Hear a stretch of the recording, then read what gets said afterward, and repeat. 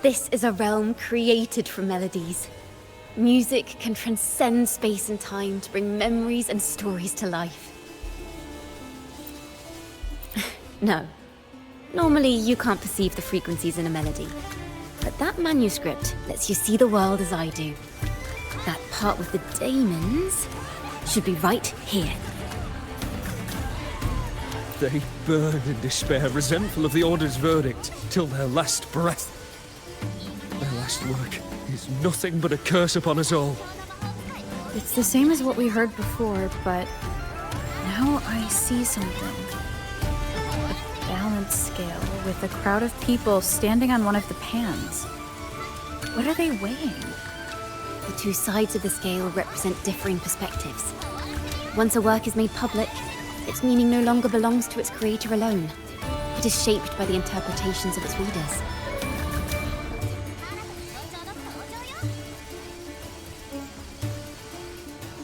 Perhaps it was a simple poem at first, nothing more. But then that article claimed it was a curse upon Raguna. Given that members of the Golden Anthem were banished on the Pilgrim's Sail and died in a fire, the notion quickly took hold. No one knew exactly what happened, so they filled in the gaps with their imaginations. With motive and a complete story. Perhaps that's all it took for a lie to become the truth. Each time someone plays their last work, it summons daemons.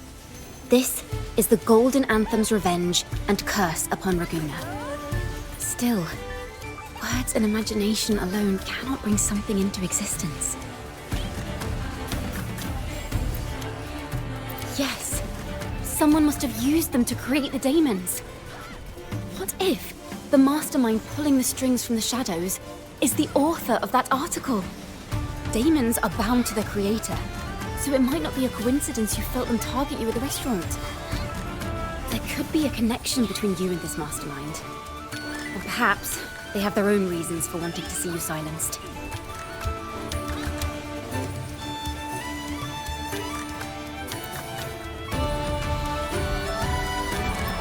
Maybe because you went to Avenolium and uncovered some of the truth the Order is desperate to hide. It will take a lot more than that to even leave a scratch on you. Perhaps they're having someone else do their dirty work. That just makes finding the one pulling the strings a top priority.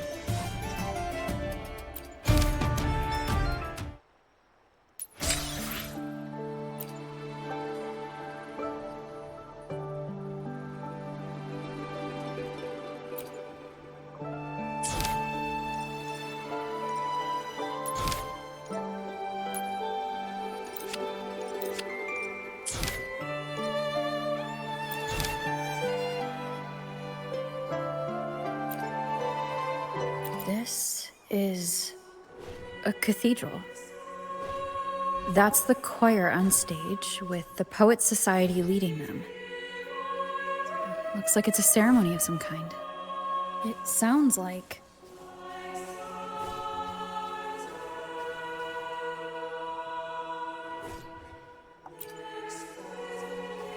Vanished and forever stripped of the right to sing for the Sentinel and the Order. That much is true. The Order's records say as much. But there's still something missing. If such an important melody is lost, we won't be able to find the link between the poets and the Order.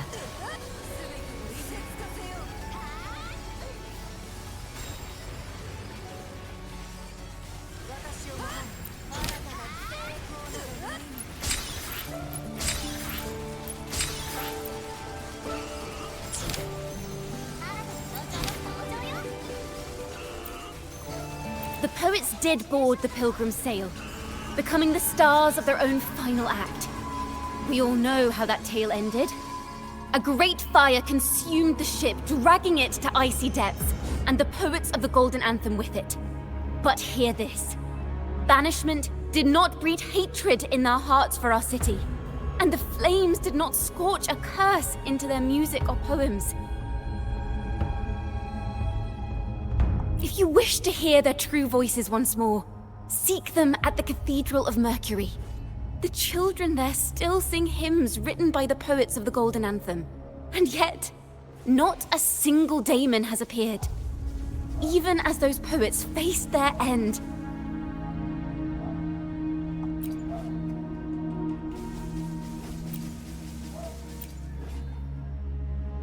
fire, seemingly forged from the depths of hell, destroyed everything, leaving nothing but ash behind. And so, their work too was swallowed in the flames? That doesn't quite add up.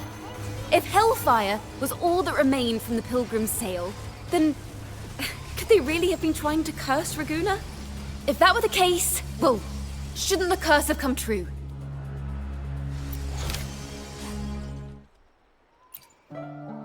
The poets did board the Pilgrim's sail. If you wish to hear their true voices once more, that's an awfully big assumption. What if they never boarded the Pilgrim's sail at all? What if none of them perished in that fire? That begs the question, who was on that ship? Who started the fire and spread the rumors about the Golden Anthem? Another poet, intimately familiar with the poets of the Golden Anthem, you say? If such a person exists, then why haven't the Golden Anthem stepped forward to prove their innocence? No, that's not it. This will take the story in the wrong direction.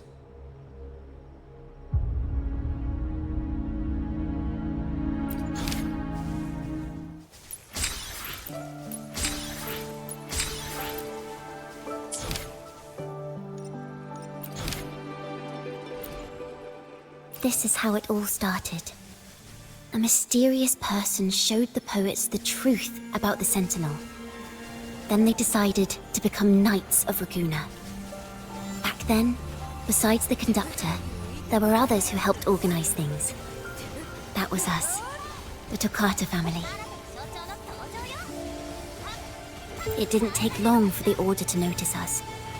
To keep everyone safe, they gave my father a key to a study. Inside, there were papers that could have destroyed the Order, if anyone would even believe them in the first place. It was blasphemy, but my father didn't hesitate. He took the key right away.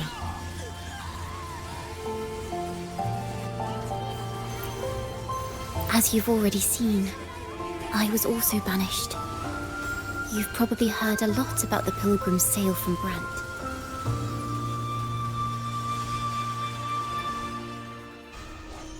Usually, the food and water in those ships aren't enough to get the people where they need to go. Even if they made it, the cold would get them. But on that ship, the Order made sure there was nothing. No food, no water, nothing. And there were only 3 fools on board.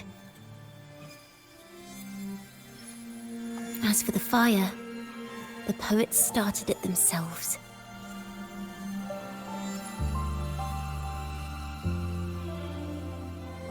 In the past, everyone thought they were brilliant cantors. But inside, only they understood how fake and arrogant all their poems and music really were. In their last moments before death, the poets just wanted to leave something real behind. But it was so cold out at sea, and wood for fire was already running low. So they set the cabin on fire, and met their ends in the flames. In the world they dreamed of, poets would no longer be shackled, and everyone could sing freely. That was their wish for the future when the curtain fell. With our bodies to fuel the fire, the ensuing inferno shall forge Raguna's true gold.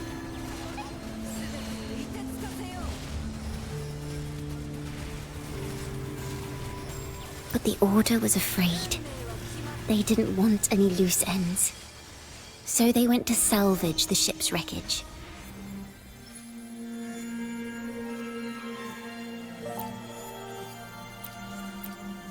Is that what you think?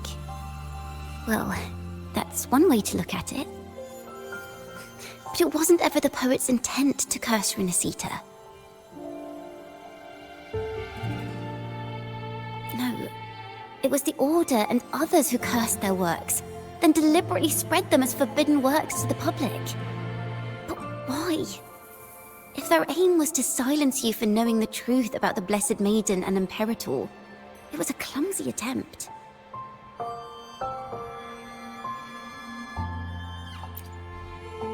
Monsters breed fear.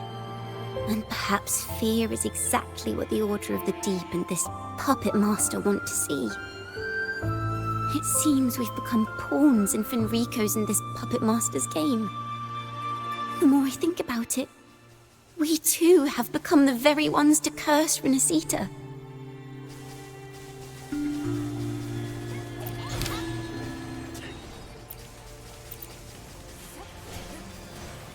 Our crime was the same as the poets. Blasphemy. Our family wasn't like the Fazalias, deeply rooted in tradition. Nor were we like the Mantellis, wielding power. We simply did what we thought was right, preserving everything for those who would come after us. Compared to the Order, we were just a tiny speck of dust. Even if we'd kept the secret, they would have discovered it eventually. They would seize what the poets left behind and lock it away. Maybe if Father hadn't taken in the poet's legacy, the Toccata family would have escaped this fate. Perhaps none of this would have happened. If so, wouldn't it have been wiser to surrender it all to the Order back then?